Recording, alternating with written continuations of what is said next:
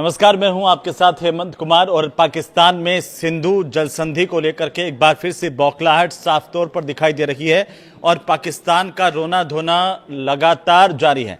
अब पाकिस्तान की जो पीपल्स पार्टी है पीपीपी, उसके चेयरमैन बिलावल भुट्टो जरदारी ने सिंधु जल संधि को सस्पेंड करने को लेकर के भारत को एक नई धमकी दी है। इससे पहले आपको याद है कि 2 दिन पहले ही पाकिस्तान ने यह कहा था धमकी देते हुए कि अगर हमारा पानी रोका तो हाथ काट देंगे। और उन्होंने ये भी कहा कि सिंधु जल संधि अभी भी लागू है, भारत इसे एक तरफा खत्म नहीं कर सकता है, क्योंकि ये पाकिस्तान ने सिंधु जल संधि पर एक बार फिर से भारत को धमकी दी है।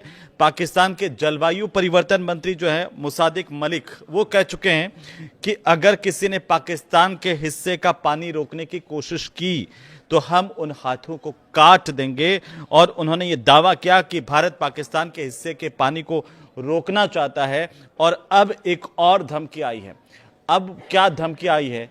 अब आई है दरअसल पीपीपी के जो चेयरमैन है बिलावल भुट्टो जरदारी, उन्होंने सिंधु जल संधि को सस्पेंड करने को लेकर भारत को एक नई धमकी दे दी है। उन्होंने इस्लामाबाद में आयोजित एक कार्यक्रम के दौरान पाकिस्तान की परमाणु नीति का जिक्र किया, चेतावनी ये दी कि देश के जल अधिकारों को कमजोर करने की किसी भी कोशिश का राष्ट्रीय स्तर पर कड़ा जवाब दिया जा सकता है। कैसे दी? लेकिन पाकिस्तान की गीदड़ भभकियां कोई नई बात नहीं है। बार बार समय समय पर पाकिस्तान में जब भी बौखलाहट होती है, वो इसी तरह की भाषा पर उतारू हो जाता है, इसी तरह की धमकियों पर उतारू हो जाता है। इस बार नया राग क्या अलापा है वो हम देखते हैं इस वीडियो में, क्योंकि इस्लामाबाद में एक कार्यक्रम का आयोजन हो रहा था, अंतर्राष्ट्रीय सेमिनार का आयोजन हो रहा था और यहां पर बिलावल भुट्टो संबोधित कर रहे थे। बिलावल भुट्टो ने सिंधु जल संधि रोकने के भारत के फैसले को पाकिस्तान की परमाणु नीति से जोड़ दिया। आपको हम ये बता दें कि भारत ने पिछले साल 22 अप्रैल को पहलगाम में जब आतंकी हमला हुआ, उसके ठीक बाद सिंधु जल संधि को सस्पेंड करने का ऐलान कर दिया था। और इसके बाद से ही पाकिस्तान में हाहाकार मचा हुआ है, कोहराम मचा हुआ है और वो अंतर्राष्ट्रीय समर्थन हासिल करने के लिए इस्लामाबाद में एक कॉन्फ्रेंस करवा रहा है। बिलावल भुट्टो ने ये गीदड़ भभकी इस बार परमाणु बम को लेकर के दी है, परमाणु हमले को लेकर के दी है, क्योंकि पाकिस्तान ने सिंधु जल संधि को लेकर के ये अंतर्राष्ट्रीय सेमिनार यहां पर आयोजित किया था। और इसमें बिलावल भुट्टो ने यह तर्क दिया कि इस विवाद को सिर्फ पर्यावरणीय या राजनीतिक के मुद्दे के रूप में नहीं, बल्कि राष्ट्रीय सुरक्षा और अस्तित्व से जुड़े मामले के रूप में देखा जाना चाहिए। पीपीपी के अध्यक्ष ने यह कहा कि पाकिस्तान का परमाणु सिद्धांत कुछ चरम स्थितियों के लिए है, जिसमें उसकी अर्थव्यवस्था और जलमार्गों के खतरे शामिल हैं, जिन्हें राष्ट्रीय अस्तित्व के मामलों के रूप में देखा जाता है। उन्होंने कहा कि पाकिस्तान की परमाणु नीति के मुख्य पहलुओं में से एक यह है कि देश की अर्थव्यवस्था का गला घोंटने या उसके जलमार्गों को बाधित करने की कोशिशें उन दुर्लभ स्थितियों में आती है जिनके बारे में पाकिस्तान ने कहा कि इनसे परमाणु जवाबी कार्रवाई हो सकती है। बिलावल भुट्टो ने आगे क्या कहा इस गीदड़ भभकी में, इस गीदड़ धमकी में, कि अगर पाकिस्तान की पानी तक पहुंच को सीमित करना परमाणु तबाही जैसी स्थिति पैदा करता है तो इस्लामाबाद को इसे अस्तित्व के लिए खतरा मानना चाहिए और इसके लिए व्यापक प्रतिक्रिया की जरूरत है। अब आप इस बयान से समझ सकते हैं कि पाकिस्तान में कितनी बौखलाहट है। जैसे ही भारत की तरफ से यह ऐलान किया गया था, उसके बाद से ही लगातार कुछ कर नहीं पा रहा पाकिस्तान, लेकिन वो सिर्फ बातें बड़ी बड़ी कर रहा है, वो धमकियां दे रहा है एक के बाद एक। हालांकि भारत जानता है और पूरी दुनिया जानती है कि पाकिस्तान की इस गीदड़ भभकी का किसी पर कोई असर होने वाला नहीं है, क्योंकि जो पाकिस्तान का चेहरा पूरी दुनिया ने देखा, वो आतंक का चेहरा है, वो दोगलापंथी का चेहरा है। वो चेहरा एक बार फिर से पूरी दुनिया के सामने है कि कैसे आतंक परस्त मुल्क पाकिस्तान किस तरह की भाषा का इस्तेमाल कर रहा है। पाकिस्तान की परमाणु नीति क्या है, जरा इसे समझिए। और उन्होंने ये कहा कि अगर पाकिस्तान के जल स्रोतों का बंद होना परमाणु तबाही यानी कि न्यूक्लियर आर्मागेडन जैसी स्थिति पैदा करता है, तो पाकिस्तान को इसे सिर्फ पर्यावरण के तौर पर, मुद्दे के तौर पर नहीं देखना चाहिए, बल्कि इसे पाकिस्तान के अस्तित्व पर हमले के रूप में देखना चाहिए। तो देखो ना, मना किसने किया? हम भी तो यही चाहते हैं कि आप पाकिस्तान के अस्तित्व के तौर पर इसे देखना सीखें। कम से कम आप अपना ये काला चेहरा जिसमें आतंकवाद छिपा है उसको पहचान पाएं। अगर किसी दिन आपने वाकई पाकिस्तान आईने में खुद को देख लिया तो आपको इतनी ज्यादा शर्मिंदगी होगी कि आपको उसी सिंधु के चुल्लू भर पानी में डूब मर जाना चाहिए। और उन्होंने आगे यह भी कहा है कि इस यहां नहीं रुके हैं बिलावल भुट्टो जो है, वो आगे ये कह रहे हैं कि मिलकर के हम सैन्य जवाब देने की इस पर जरूरत है। पीछे देख लीजिए क्या हुआ था। जब आप इस तरह की बातें करते हैं तो आप क्या संदेश देते हैं, सबसे बड़ी बात यह है। लेकिन हालांकि भारत इसे सीरियसली नहीं लेता है। इस तरह की गीदड़ भभकियां हम लगातार पाकिस्तान बनने के बाद से देख रहे हैं, लेकिन पूरे मुल्क का सत्यानाश कर बैठा है पाकिस्तान। और आपको ये बता दें कि पाकिस्तान की परमाणु नीति क्या है, क्योंकि पाकिस्तान की परमाणु नीति को लेकर यह कहा जाता है कि विश्वसनीय न्यूनतम प्रतिरोध पर यह आधारित है, और अब यह पूर्ण स्पेक्ट्रम प्रतिरोध में बदल गई। इसका मतलब क्या है? इसका मतलब यह है, सीधा सीधा अर्थ यह है कि सीमित संघर्षों से लेकर के बड़े पैमाने तक होने वाले युद्धों पर तक हर स्तर के खतरे को रोकना, यह कहता है पाकिस्तान। लेकिन सिंधु जल संधि को लेकर के इतना बौखलाया हुआ पाकिस्तान क्यों है, इसे समझने के लिए आपको इसको समझना होगा कि सिंधु जल संधि पर पाकिस्तान कितना निर्भर करता है। क्योंकि पाकिस्तान की जो 80% कृषि भूमि है और अर्थव्यवस्था है, वो सिंधु नदी प्रणाली के पानी पर निर्भर है। और इस संधि के अनुसार पूर्वी जो नदियां हैं, जिसमें रावी है, ब्यास है और सतलुज, इनका पानी भारत के पास है। और जो पश्चिमी नदियां निकलती हैं, जिसमें सिंधु है, झेलम है और चिनाब है, इनका पानी पाकिस्तान को मिलता है। अब पाकिस्तान का ये आरोप रहा है कि भारत बांध और नहरों का निर्माण करके और हाइड्रोलॉजिकल डेटा शेयर नहीं करके उनके अधिकारों का हनन कर रहा है, जिससे उसकी अर्थव्यवस्था, ऊर्जा क्षेत्र खतरे में पड़ गए हैं। ये पाकिस्तान का मानना है। अब आप जरा इसको भी समझिए कि पाकिस्तान की परमाणु क्षमता क्या है इस वक्त, जो इतना पाकिस्तान जो है बढ़ चढ़ करके बोल रहा है, बार बार परमाणु हमले की धमकी दे रहा है। होने वाला इससे कुछ नहीं है। लेकिन आप जरा इसे समझिए, क्योंकि ये कहा जाता है, एक इंस्टीट्यूट है Stockholm International Peace Research Institute, यानी कि SIPRI के मुताबिक परमाणु हथियारों की संख्या के मामले में पाकिस्तान अब 190 परमाणु हथियार भारत के पास है, उनसे पीछे हो चुका है। पाकिस्तान के पास कहते हैं कि लगभग 170 परमाणु हथियार है। अगर उन्होंने हमला किया तो इधर से मुंह तोड़ जवाब मिलेगा, और ऐसे जवाब मिलेगा कि पाकिस्तान अपना नक्शा नहीं पहचान पाएगा। तो इसलिए पाकिस्तान सिर्फ गीदड़ भभकी दे सकता है। सैन्य कार्रवाई की हो या फिर परमाणु धमकी की बात हो, परमाणु हमले की बात हो, उसके पास गीदड़ भभकी से ज्यादा कुछ नहीं है। हथियारों के तौर पर देखिए, हम यानी कि भारत पाकिस्तान से कई गुना ज्यादा आगे है परमाणु हथियार के मामले में।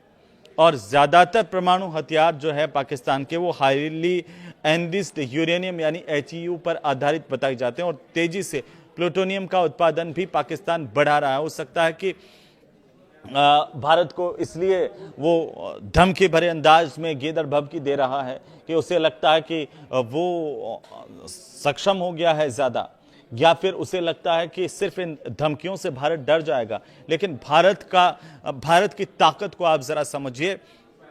भारत हमेशा से शांतिप्रिय देश रहा है, और भारत की जो पॉलिसी है वो है नो फर्स्ट यूज, यानी कि पहले इस्तेमाल नहीं करने की नीति है। इसके विपरीत पाकिस्तान की क्या नीति है? पाकिस्तान की कोई लिखित और स्पष्ट नीति ही नहीं है परमाणु हमलों को लेकर के। उसकी रणनीति है फर्स्ट यूज की, वो बिल्कुल उल्टा है मानवता के खिलाफ वाला मुल्क है वो पाकिस्तान। और ये पाकिस्तान की नीति रही फर्स्ट यूज की, हम पहले मारेंगे। यानी संकट या युद्ध के वक्त में भारत के खिलाफ पहले भी परमाणु हमला पाकिस्तान कर सकता है, चाहे वो मिराज हो, F-16 हो, उन विमानों के जरिए परमाणु बम गिरा सकता है, ऐसा पाकिस्तान का मानना है। क्योंकि हमारे पास उससे कई गुना ज़्यादा तकनीक है, जिसको हमने लगातार आपने देखा होगा कि कैसे जो एक के बाद एक युद्धों में उसकी हार हुई है और इतना बुरी तरह पाकिस्तान पिटा है, वो सब ने देखा, वो पूरी दुनिया ने देखा है। लेकिन आपको ज़रा इसे समझना बहुत ज़रूरी होगा कि आखिरकार पाकिस्तान इतना जो गीदड़ भभकी दे रहा है, जो इतना बौखलाया हुआ है, उसका मुख्य कारण क्या है? क्योंकि जैसे मैंने पहले जिक्र किया कि जो पाकिस्तान के जलवायु परिवर्तन मंत्री हैं, उन्होंने ये बयान दिया था कि पाकिस्तान के हिस्से का पानी अगर किसी ने रोकने की कोशिश की तो हम उन हाथों को काट देंगे, और दावा किया कि भारत पाकिस्तान के हिस्से के पानी को रोकना चाहता है। जो मुसादिक मलिक है, और उन्होंने सूचना मंत्री अताउल्लाह तरार के साथ एक ज्वाइंट प्रेस कॉन्फ्रेंस की थी और इसमें यह बोला कि पड़ोसी देश के प्रधानमंत्री के हाथ में एक नल है। वे कहते हैं कि पाकिस्तान में पानी की एक बूंद भी नहीं जाने देंगे। जो हमारे हिस्से के पानी पर दावा करेंगे उनका हम हाथ काट देंगे। तो ये समझिए कि आखिर ये सिंधु जल संधि स्थगित होने से पाकिस्तान में इतनी बौखलाहट क्यों है? इसका सीधा सीधा जवाब है दोस्तों कि सिंधु जल संधि स्थगित हुई है, उसकी वजह से पाकिस्तान में जल संकट खड़ा हो गया है, पानी का संकट खड़ा हो गया है। पाकिस्तान कुछ कर नहीं सकता, ना उसके पास कोई चारा है, वो सिर्फ बयान दे सकता है। एक कहावत है, थोता चना बाजे घना, बस पाकिस्तान पर वही लागू होती है। क्योंकि अब एक एक करके आप समझिए कि इसके इंपैक्ट पाकिस्तान में क्या हो रहे हैं। भारत का ये जो फैसला था उससे पाकिस्तान किस हद तक खोखला हो गया है, क्योंकि सिंध और बलूचिस्तान के जो प्रांत को आप देखेंगे तो पाकिस्तान में अब इसकी वजह से गंभीर जल संकट खड़ा हो गया है। देश की जो करीब 1/3 आबादी है वो इससे प्रभावित हुई है, और नॉर्थ वेस्ट कैनाल जो है उसमें 64% पानी की कमी आ गई है। इसके अलावा पाकिस्तान की जो राइस कैनाल है उसमें 38% और दादू कैनाल में 82% पानी की कमी है। आप इस बात से अंदाजा लगा सकते हैं कि पानी बचा नहीं है। वैसे तो पानी पाकिस्तान की आंखों में भी नहीं बचा है, लेकिन वहां की नहरों में भी नहीं बचा और लोगों के वहां पर उपयोग के लिए भी नहीं बचा। ये असर भारत के फैसले का है, क्योंकि इसके अलावा आप देखिए जो पाकिस्तान का सुकूर बैराज है वहां का जलस्तर लगातार घट रहा है, और यही टेंशन की वजह है। जो लोकल लीडर्स हैं पाकिस्तान के, स्थानीय नेता जो पाकिस्तान के, उनका ये आरोप है कि पानी के बंटवारे को लेकर के सरकार की नाकामी से पाकिस्तान के किसान अर्थव्यवस्था को नुकसान हो रहा है। और ये जो भारत की तरफ से फैसला किया गया था वो फैसला अब पाकिस्तान को नाकों चने चबवा रहा है। पाकिस्तान ना कुछ कर पा रहा है, ना कुछ, और वो भी बिलबिला रहा है, जैसा कि आप इन बयानों में देख रहे थे। क्योंकि 21 जून को पाकिस्तान के जो रक्षा मंत्री हैं उन्होंने भी एक बयान दिया था। उन्होंने ये कहा था कि हम भारत के खिलाफ जंग छेड़ सकते हैं, लेकिन ऑपरेशन सिंदूर के वक्त क्या हुआ था? मुंह छिपाए भाग रहे थे। अब आप जरा इस बात को समझिए कि भारत और पाकिस्तान के बीच में बार बार इस बात का जिक्र आता है, सिंधु जल समझौता ये है क्या, इसकी नींव कैसे पड़ी थी, और अब इसके इम्पैक्ट क्या हो रहे हैं जब भारत कह रहा है कि ये सिंधु जल समझौता हमने सस्पेंड कर दिया है। तो सिंधु प्रणाली में कुल 6 नदियां हैं जिनके नाम हैं सिंधु, झेलम, चिनाब, रावी, ब्यास और सतलुज नदी। ये आप समझिए, इनके किनारे का इलाका करीब करीब 11.2 लाख वर्ग किलोमीटर में यह फैला हुआ है इलाका। इसमें 47% जो जमीन है वो पाकिस्तान में आती है, और 39% के करीब जमीन भारत में, 8% की जमीन जो है वो चीन, और 6% अफगानिस्तान में भी इस पूरे किनारे की आती है। और इन सब देशों के करीब 30 करोड़ लोग इस इलाके में रहते हैं।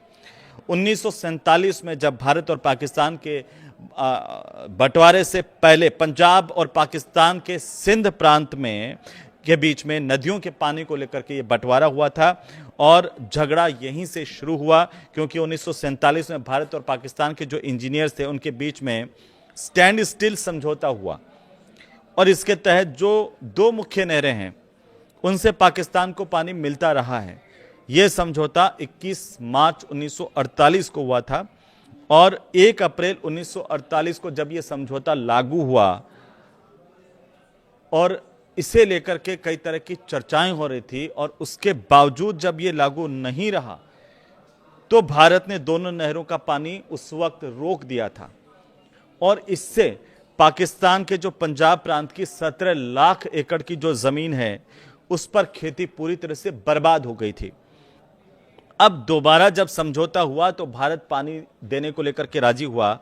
इसके बाद अगर हम देखें तो 1951 से लेकर के 1960 तक वर्ल्ड बैंक की मध्यस्थता में भारत और पाकिस्तान के पानी के बंटवारे को लेकर के बातचीत चली, लंबी चली और आखिरकार 19 सितंबर 1960 को कराची में भारत के प्रधानमंत्री तत्कालीन जो पीएम थे पंडित जवाहरलाल नेहरू और पाकिस्तान के राष्ट्रपति अयूब खान के बीच में एक समझौता हुआ, दस्तखत हुए और इसे इंडस वाटर ट्रीटी यानी कि सिंधु जल संधि कहा जाता है, क्योंकि पाकिस्तान के पक्ष में अब ये कहा जाता है कि ये जो सिंधु जल समझौता था वो उस वक्त पाकिस्तान के पक्ष में हुआ, क्योंकि इंडस वाटर सिस्टम में जैसे मैंने बताया कुल 6 नदियां हैं, सिंधु, झेलम, चिनाब, रावी, व्यास और सतलुज नदियां।